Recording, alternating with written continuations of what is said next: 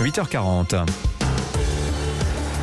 Le Zoom Info sur Europe 1, Gérald Darmanin, ministre des Cultes, donne rendez-vous mardi à Monseigneur Éric de Moulin-Beaufort. C'est le président de la Conférence des évêques de France. Ça n'est pas une convocation, a rectifié le ministre dans l'après-midi hier. C'est une invitation à venir s'expliquer et discuter de ses propos tenus hier matin à la radio. Monseigneur de Moulin-Beaufort a en effet réagi à la publication mercredi du rapport de la Commission sur les abus sexuels dans l'Église et en particulier à l'une de ses recommandations, lever le secret de la confession en cas d'abus sexuels sur des mineurs ou des personnes vulnérables. Ce à quoi le prélat a répondu, je vous propose de l'écouter. Parce que la confession s'impose à nous et il s'imposera. Elle est plus forte que les lois de la République. Et en ce sens-là, il est plus fort que les lois de la République.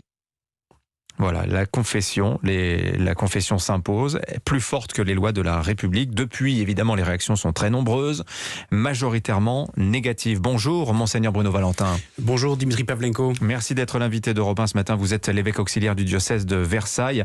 Les paroles de votre président n'ont de toute évidence pas été bien comprises, donnant l'impression que l'Église cherche à se soustraire aux lois de la République par un artifice juridique.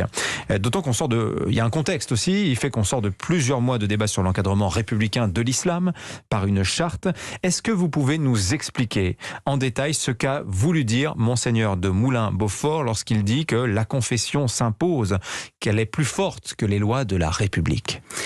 Il faut absolument qu'on sorte dans l'intérêt de tous et d'abord des victimes de ce climat de polémique qui se déploie depuis 24 heures à partir d'une formule sans doute malheureuse. Personne n'en disconvient, même pas lui. Voilà. Une polémique est inutile parce que ça fait 2000 ans que dans l'Évangile, il est demandé aux chrétiens d'être des citoyens exemplaires. C'est dans l'Évangile aussi que il est écrit ce principe bien connu « Rendez à César ce qui est à César et à Dieu ce qui est à Dieu ». Donc il y a certainement beaucoup de choses à changer dans l'Église. Le rapport Sauvé le pointe du doigt, mais il n'y a pas raison de mettre en doute le sens de la citoyenneté de l'Église. Les choses pour nous sont claires. Dans l'espace du vivre ensemble, nous sommes tous soumis à la même loi, qui est la loi de l'État. Voilà. Et cette loi de l'État ne connaît qu'une seule limite, c'est celle de la conscience. Et là-dessus, je crois qu'il n'y a pas non plus matière à polémiquer, puisque on reconnaît tous que un Nelson Mandela ou un Charles de Gaulle, en faisant le choix dans des moments critiques de l'histoire de la conscience, ont sauvé l'honneur même de leur pays. Donc, c'est pour ça que c'est la grandeur de la République, jusque dans ses lois, que de reconnaître cette dignité de la conscience. Il n'y a pas lieu d'affrontement, si vous voulez. Il faut sortir de la polémique. Je voudrais préciser pourquoi vous parlez de conscience. Parce que il faut regarder ce que dit la loi très concrètement. La loi dit, en ce qui vous concerne, ce qui concerne les ecclésiastiques, dans le cadre de la confession, et uniquement dans le cadre de la confession, l'ecclésiastique n'est pas tenu de révéler un secret. S'il le fait, il n'encourt pas de poursuite pour violation du secret professionnel. C'est entre lui et sa conscience. C'est pour ça que vous dites cela. Il n'y a pas de risque juridique à révéler ce qui a été dit pendant une confession. Mais ça, c'est uniquement dans ce cadre. C'est-à-dire que si un ecclésiastique entend à oui-dire ou à la preuve formelle, il est témoin d'une agression sexuelle sur une personne, sur un mineur ou sur une personne en situation de fragilité, là, il est contraint par la loi de révéler les faits à la justice. C'est quand même extrêmement subtil tout ça aujourd'hui. C'est très subtil et c'est pour ça qu'il faut vraiment qu'on en parle de manière posée. Parce que vous avez tout à fait raison, Dimitri Pavlenko, l'immense majorité des cas d'abus dont nous avons connaissance nous vient en dehors du cadre strict de la confession. Et bien sûr qu'aujourd'hui, chacun de ces cas fait l'objet d'un signalement à la justice. Et pas seulement quand ça vient d'un oui-dire, mais même quand ça vient de discussions dans la confidentialité avec un enfant, dans un entretien dans la durée, qui pour autant ne relève pas du secret de confession. Parce que comme vous l'avez dit très justement, on parle de quelque chose de très limité, de très caractérisé à un temps qui est d'abord un temps de prière, qui est d'abord une liturgie, qui est la confession. Et peut-être que parmi tout ce que nous demande la SIAZ, en tout cas moi c'est ma réflexion personnelle, on va gagner d'ailleurs à retravailler ces limites de l'espace de la confession. Peut-être qu'on a trop étendu ce que nous appelons confession. Alors justement, je vous propose d'écouter ce que disait Jean-Marc Sauvé mercredi lors de la présentation du rapport de la SIAZ et notamment de ses recommandations. Il n'est pas tout à fait sur la même ligne que Monseigneur de Moulin-Beaufort. Je vous propose de l'écouter. La commission s'est penchée sur le secret de la confession. Elle en a très longuement débattu. Elle parvient à la conclusion que le secret de la confession ne peut pas être opposé à l'obligation de dénoncer Voilà. L'obligation, le secret de la confession ne peut pas être... on ne peut pas se réfugier derrière cette idée du secret de la confession lorsqu'on entend des témoignages d'abus sexuels. On en revient au sujet de la conscience. Est-ce que c'est suffisant aujourd'hui, selon vous, Monseigneur Valentin ? Alors, vous avez tout à fait raison. L'extrait est bien choisi parce que c'est le cœur du travail que nous avons à mener. Tel que Jean-Marc Sauvé dit les choses, nous sommes d'accord avec lui. Le secret de la confession ne peut pas faire obstacle à l'obligation de signalement des abus sur mineurs. Le travail que nous avons à mener, pourtant la loi dit le contraire. C'est le travail du comment. Oui. Vous voyez, du comment. Comment on fait pour que ce secret ne soit pas cet obstacle ? Et c'est là où le débat est à mener avec finesse. Parce qu'il y a plusieurs façons de répondre à la question du comment. La réponse la plus triviale, c'est, supprimons le secret. Voilà, faisons en sorte que le prêtre, désormais, soit lui-même celui qui va faire le signalement.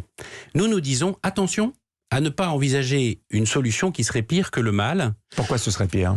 En retirant, avec le secret, un espace de parole. Parce que l'expérience que nous avons tous, c'est que c'est le caractère secret de la confession qui fait de cette confession, bien souvent, l'espace d'une parole possible. Moi, j'ai eu beaucoup d'expériences d'adolescents qui ont comme première question, quand ils arrivent pour se confesser, est-ce que tu vas répéter ce que je te raconterai ?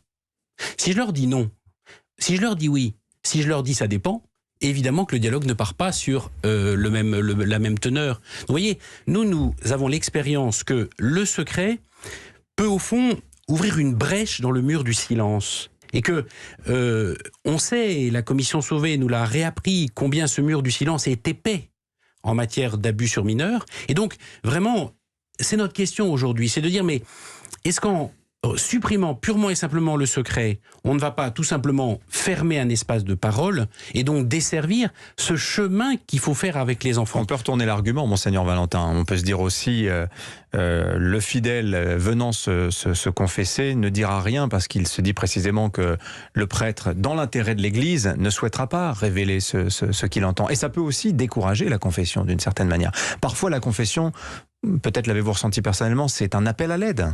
Et s'il n'y a pas derrière, ce n'est pas suivi d'effet par une dénonciation dont la victime se sent personnellement incapable, à ce moment-là, il y a échec finalement du processus. Vous avez raison, c'est pour ça que moi je crois personnellement que il faut qu'on travaille cette question, comme d'ailleurs l'ensemble des 45 propositions que nous fait Jean-Marc Sauvé, parce que c'est un tout. Oui. Il ne faut pas se cornériser dans un seul sujet et au fond passer aux oubliettes. Oui, mais ça la est masse important. Du travail. Pourquoi ? On va travailler cette question. C'est une rupture théologique qu'on vous demande là. Et moi je crois que cette rupture, nous ne pouvons pas y consentir de manière très claire. Je crois qu'on ne peut pas y consentir dans l'intérêt même de la parole des victimes.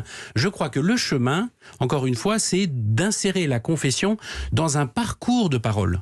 Voilà, que nous soyons capables d'accompagner la parole, peut-être avec un espace natif de l'expression originelle qui soit la confession, mais qui se prolonge dans des cadres évidemment de confidentialité, plus facilement ouverts au signalement, parce que non couverts par le secret de la confession. Il faut qu'on travaille un chemin de parole, et moi j'ai la conviction, ancrée dans mon expérience personnelle, que le secret de confession est au service de ce chemin de parole. Voilà pourquoi nous craignons de perdre une capacité à contribuer à la bientraitance des enfants en renonçant purement et simplement à ce secret. Faut-il toucher à l'inviolabilité du secret de la confession ? Ce sujet est une bombe, puisqu'évidemment on parle là de droit canonique, donc c'est à Rome que ceci doit se jouer. Jean Castex d'ailleurs doit rencontrer le pape le 18 octobre, il en sera forcément question. On parlera dans un instant avec notre invité Monseigneur Bruno Valentin aussi de cette invitation lancée par Gérald Darmanin au président de la conférence des évêques de France. Invitation, il a été question de convocation, les mots ont une importance puisqu'ils recouvrent une dimension politique. On continue d'en parler dans un instant sur Europe 1.